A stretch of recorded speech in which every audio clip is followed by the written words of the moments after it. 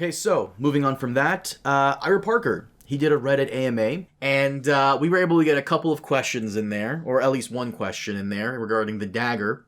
So, kind of spoiler for Dagger Watch. People are giving me shit about that.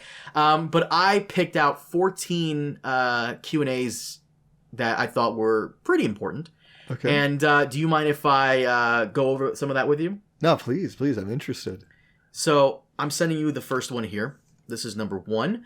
Someone asked him, many readers consider Dunk's exchange with Steely Pate, who am I to them? A knight who remembered his vows, to be the soul and the moral of the entire novella. The impact comes not just from the exchange itself, but its careful placement at Dunk's lowest point, before he realizes any champions have answered his call, let alone Breakspear joining him.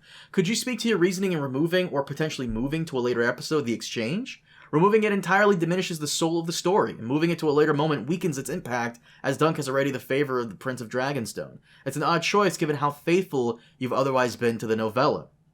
Fair. Yes, that is a very good way to put that too. That is a very succinct way to put that. Yeah, and so what does Ira Parker say? Ira Parker says here, honestly, it was a mistake on my part. Not my first, not my last on this show. The scene was in the script at one point, then fell out. I agree that a knight who remembers his vows is the soul of this story, but I think that is still very much at the core of the show, even if I stupidly left out this scene. It may not be said explicitly, but Dunk's actions remain the same. That's a neutral response, but honestly, for me, I like that he acknowledged the mistake. Yeah. It's funny that he phrases it like, oops, I just forgot. And it's like, well, this stuff had to go through. Or fell out of it. Yeah. Okay. He talks about it very passively, as if like this doesn't have to go through like weeks and months of revisions and conversations and planning and stuff. Like you kind of intentionally left it out. Like it's not like a deleted scene that was cut on the cutting room floor. Like it doesn't sound like the scene was in the script at one point, then fell out. So you didn't film the scene. Like that's an intention. What I find baffling is how George didn't fight for this, because that's very important. That's a very important scene. And they're right. Like the placement of it at Dunk's lowest point, as he's about to go to like certain death out there. Like yes, and that's why you need the common folk cheering him on too. That Dunk's actions made a difference. It's also a more happy moral, even if Dunk dies. Like even if the story ended there, like what's that George R.R. Martin story where they the one with the planet and it ends like abruptly before an epic fight. Sci-fi George R.R. Martin novel. Fuck, I need to find it. Dying of the Light. I can't believe I forgot it. Dying of the Light. Like that's very like if it ended like Dying of the Light and we didn't get to see who won or lost the fight. That would be this really nice moment where it's like, well, his actions still mattered in the end because it affected other people, and other people recognize that and maybe will carry that on into their lives. That like they will fight for the innocent as well. So removing it is a big deal. And it's a shame that they removed it. But yeah, at least he recognizes it was a mistake, but like it's done. Like you can't just like add it back or anything at this point. Like it's done. What's done is done. Fuck, you know what? That's a very good point about how Sir Arlen inspired him. Yes. And by him doing this, he inspired like young kids watching him do this. Yes, exactly. Like let me see what a search device and file. Let me see what they say to Dunk, because I think like there's a little kid and there's like a baker. Like, oh gosh, like I'm trying to figure out like who's brought up in this scene. Is it like I know one's like a prostitute, one's like a knight that remembered. Yes. A woman called out, "Good fortune to you." An old man stepped out to take his hand and said, "May the gods give you strength, sir." Then a begging brother in a tattered brown robe said a blessing on his sword, and a maid kissed his cheek.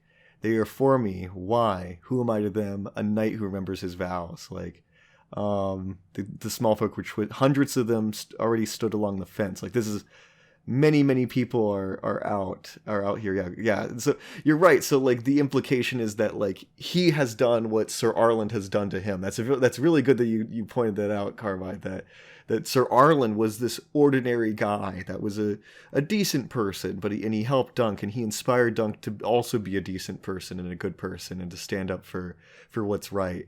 And now Dunk is following that through. He's done that to this whole village that's looking on. It's important. It's important, and it's a shame that it was cut. Like I think we're realizing more and more how good of a scene this is. It's quite important. I know people are going to be like rolling their eyes, but trust me, it is. If you didn't read the source material before watching the show, it is. It's also like a heartwarming scene too, like as opposed to this show's really cruel kind of like ha ha, what a loser, all these people being, it's a hedge knight, a knight but shadow. Like it's a more heartwarming way to give your audience something, like I don't know, and also more real. Like I think in real life, are you Baelor Targaryen? Get the fuck out of the way. Get the fuck out of the way. Like why? Like why are you being a dick? Like, because, yeah, and you're right, in real life, people would be mixed, some people might be assholes, but there'll also be people that are really kind and stuff, and there'll be people that, like, will be like, you did nothing wrong by helping that woman. Yeah. The second mistake that he admits that he made, Ira Parker, is, and I put it here in the chat, is someone asked him, I noticed that Maekar and Aerian's personal coat of arms don't appear in the show. Was this a conscious creative choice, or was it avoided for practical reasons like visual clarity or production constraints? As a personal fan of heraldry, I am as well, I would have loved to have seen them. Thank you for the amazing adaptation you and your team are giving us. To which he replies, so far I've seen fans point out 2 mistakes in this show that I wasn't aware of. This is one of them. Definitely should have had Maekars. That would have made it so easy to distinguish him in the fog. Whoops. So I did rewatch episode 5 last night, and there is one person's armor that I kind of wish they focused more on. We might see it in behind the scenes. Daeron's armor is very distinct. Huh. It has like this weird Guyver look to it, where the I don't want to call it a fin, where the antenna, the top of the antenna is green dripped. Guyver here. Here's what I'm talking about. I want to see this. I want to see this armor now, because they did a pretty good job with the armor on this show. They did. I'm trying to find that one where you could see like the fucking here. It looks like this, but in black. I'm not kidding, Trey. It looks like this, but in black. Whoa, that's pretty cool. That's pretty cool with this like horn. And the tip of the horn is like a wildfire green. It's really cool. All right, that's pretty cool. But yeah, like they didn't. Everyone knows Aerion Brightflame. If you look him up on the wiki, you'll see like his coat of arms. And we know this for a fact, that the production team, or at least the costume department or the casting department, went to the wiki. Yeah, because they looked at Valar's wife. Yeah. And they like, it's literally the character. Like there's no description of Valar's wife anywhere. Some random fan just put that on the wiki and everyone's going with it. So they did look at the wiki.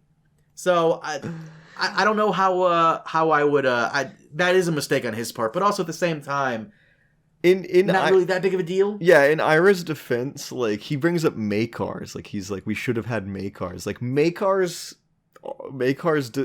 sigil or Maekar's personal coat of arms is not that different than like the standard Targaryen, like because his is 4 Targaryen dragons, right, like quartered. Not that interesting. Like I don't know if it would, like he's saying it would make it so easy to distinguish him in the fog. Like I don't know if that'd be the case. Like would people recognize the four dragons versus the normal one? I don't know. Like you need to have totally different colors for him to be easily distinguishable. You need to have like a totally different design, because even Aerion's personal coat of arms, his is the Targaryen dragon with each head is a different color of flame, like it's like yellow, orange, red. Like that's really not even that different either. Like you needed like totally different. We needed like totally different color. We need blue. We need like a different color or something like that. Like I don't know if this is as big of a deal as Ira's making it out. Because like that's also a lot of effort, somebody making a totally different flag or something like that. I guess they're making the armor original for each person anyways, like, because I'll keep my eye out for Daeron's. I want to see Daeron's armor. That by the way, that Daeron It's a blink actor, and you'll miss it moment. that's the thing, is like there's so many blink and you'll miss it moments. Like I think of Beesbury having that crazy mustache. Like that's awesome. Like we need to focus on his crazy mustache more. Like there's cool designs that they made, but you don't get to see them that much, which is a shame.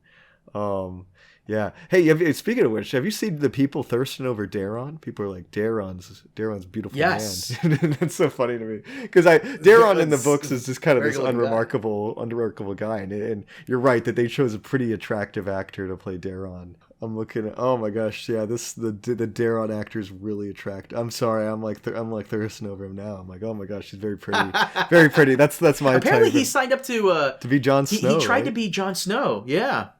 Yeah, look at him. Oh, with the long hair. Oh. Yeah, I could never see him as a Jon Snow. Yeah. He might be the second actor who has been in Game of Thrones or Game of Thrones anything, and tried out for the part of Jon Snow. The first being Ian Rheon, who played Ramsay. Ramsay was supposed to be Jon Snow? He tried out for the part of Jon Snow, yeah. Oh. Yeah, I don't know if I could see him as Jon Snow. I'm looking at him right now. Ramsay as Jon Snow is crazy. I need to see, like, it's kind of like, like Han Solo. Like, we know that Han Solo could have been, like, Christopher Walken. Like, who else was other people like Han Solo? Other alternate actors. Like, it's, like, really weird where you're like, ooh, Kurt Russell, Christopher Walken, Burt Reynolds, Al Pacino, and Sylvester Stallone. That is fascinating. What a completely, totally different list of people to look at. Like, Sylvester Stallone as Han Solo is just crazy. I can't imagine that. Someone's gonna deepfake AI that shit. Chewie, we gotta fight the Death Star. Like I don't know. Oh my gosh.